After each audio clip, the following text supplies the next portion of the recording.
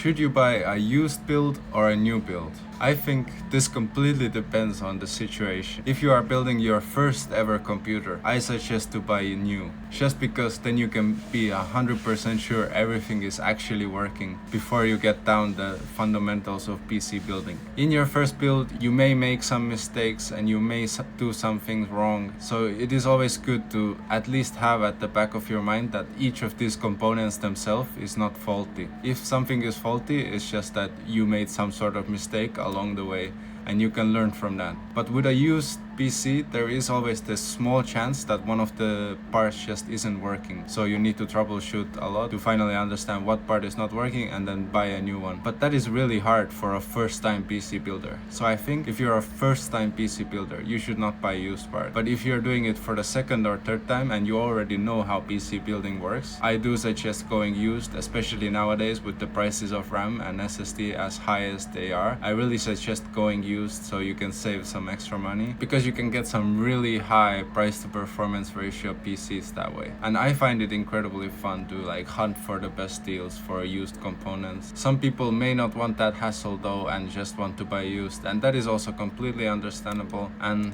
definitely still possible in 2026. However, a lot more expensive than in the past. In the past, you could have gotten a $600 PC. Now that same PC is like $1,000, just because of the RAM, SSD price, and GPU price differences. So always remember that. First PC should be new, second PC can be used. Thank you, and see you in the next video.